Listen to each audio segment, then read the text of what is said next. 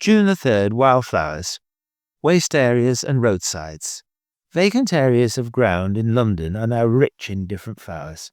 There are in the region of 2,000 common wildflowers in Britain, and 300 of them can be found in just one London reserve, Park and Walk, which is a 3.5-mile long nature reserve in London where many of London's most common plants can be found.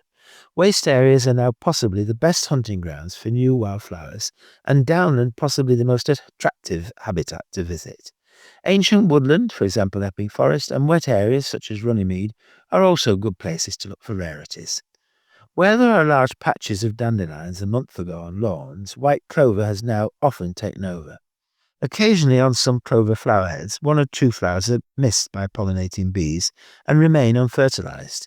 As the rest of the flowerhead runs to seed, these flowers stick out, giving rise to them being called old maids. Commonly encountered plants include bindweeds, nettles, ragwort, stocks, comfrey spurges, plantains, clovers, chenopods, sow thistles, pearlworts, melillots, willow herbs, as well as silverweed, black horehound, goosegrass, and the first thistles. More striking newcomers worth searching for include viper's buglass, borage, scarlet pimpernel, monkshood, mulleins, evening primroses, nightshades, and the rare sinister-looking henbane.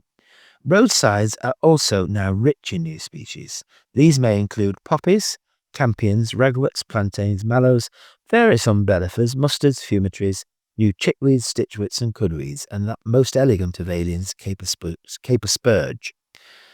Others could include the first water lilies, creeping cinquefoil, goat shrew, red valerian, swinecress, parsley peat, pennycresses, pepperwhips, and the unmissable 1.5-metre high great mullein. Rarer plants are yellow foxglove, weld, corky-fruited dropwort, and licorice, the latter still holding on in the Purfleet area. Poppies were supposedly created by Somnus, the god of sleep, and given to Ceres, the goddess of summer crops, to ease her cares. She is often depicted wearing them in her hair.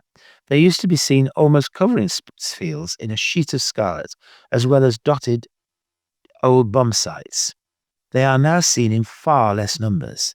There are 2 common poppies in the London area. The first is the field poppy, Papaver roeas, which can be identified by its hairless round capsules, and the second is the long-headed poppy, Papaver dubium, which also has hairless capsules, but the capsule itself is much longer.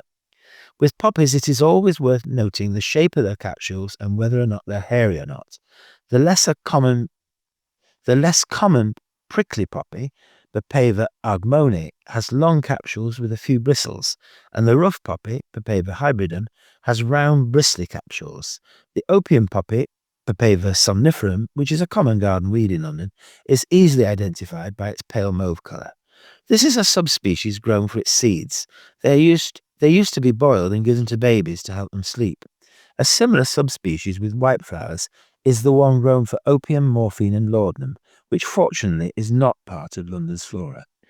Evening primroses, Anothera species, are now starting to open their large yellow petals at dusk. The common evening primrose, Anothera biennis, and the large-flowered evening primrose, Anothera erythrosepara, are probably the most frequently seen. The latter, with its 7-centimetre-long petals, is a garden favourite. Their most famous features is the way they dramatically unfurl their petals at dusk in just a matter of seconds. The sepals hold the delicately folded petals until the light starts to fall, at which point the petals suddenly spring apart, much to the consternation of any onlookers. The trumpet-shaped flower of bindweeds are now also starting to appear on roadsides and railway embankments. The first is usually the attractive pink and white striped, almond-scented field bindweed, Convolvulus arvensis. These trumpets close at night and rapidly fade, accounting for its old country name, young man's death. For such a low scrambling plant, it has a formidable root system, sometimes penetrating down as much as 2 meters. This feature accounts for its other name, devil guts.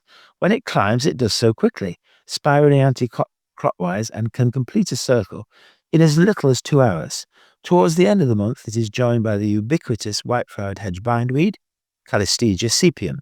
More unusual plants that might get noticed this month are various alien bellflowers on masonry, the occasional garden escape such as goldenrod and piri-piri burr, Echina novi zelandii. This latter plant is an invasive alien from New Zealand, which has been used as a lawn substitute, even though dogs get covered in its hooked fruits.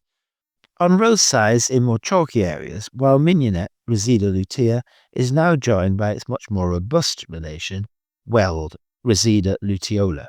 With its wavy leaves and long greenish-yellow flower heads, Weld stands out due to its height alone, which can be up to 1.5 meters. It has been used to make a bright yellow dye since Neolithic times, and also used to be grown as a crop in Kent for the same purpose, where it still hangs on the hedges of some fields. Another striking plant of roadsides is meadow cranesbill or loving andrew, Geranium pratense. Like other cranesbills, it fires its seeds just a short distance, accounting for the mauve patches we see beside roads. Of the thistles now starting to appear, most common, most disliked, and poorest purple of all is the creeping thistle, is Cirsium arvense. Its dense creeping habit means it forms impenetrable patches, so disliked by gardeners, but its flowers are greatly loved by bees and its seeds by goldfinches. The parachuting seeds, in actual fact, bear no seed. They're just parachutes alone. Just the occasional male produces viable seed. Another common thistle now is the welted thistle, Carduus acanthioides, recognized by the wings or welts on its stems.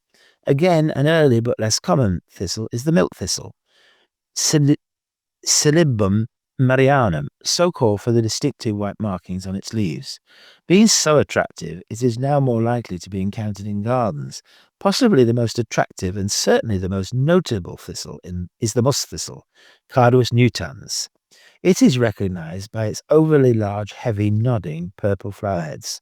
Although uncommon, it can be found in grazed pastures in some parts of the Colne Valley, where these large plants tend to stand out on the landscape. Its presence near houses was believed to protect them from lightning. On waste ground, two other plants with rich natural histories can occasionally be seen. Deadly nightshade, Atropa belladonna, is common enough and may by now have produced its sinister purple berries. Being so poisonous, they were also called Satan's cherries.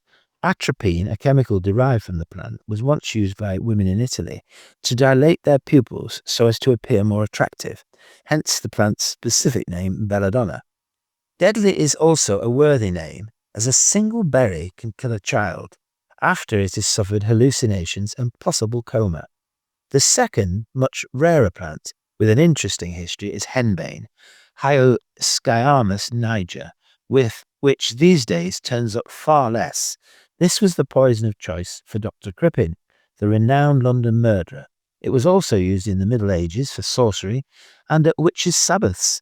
Such extravagant symptoms of poisoning, such as jaw spasms, double vision, and fits of rage, have all been recorded. It was once served as a root vegetable to monks, who became so frenzied that their monastery was compared to an asylum. Sir Hans Sloane of Chelsea fame recorded a case of 4 children eating the fruits, having mistaken them for filberts. They promptly fell asleep for 2 days. In Hades, the dead wore henbane flowers in their hair as they wandered aimlessly along the banks of the river Styx. Culpeper, always practical, considered the plant useful for treating swellings of the scrotum.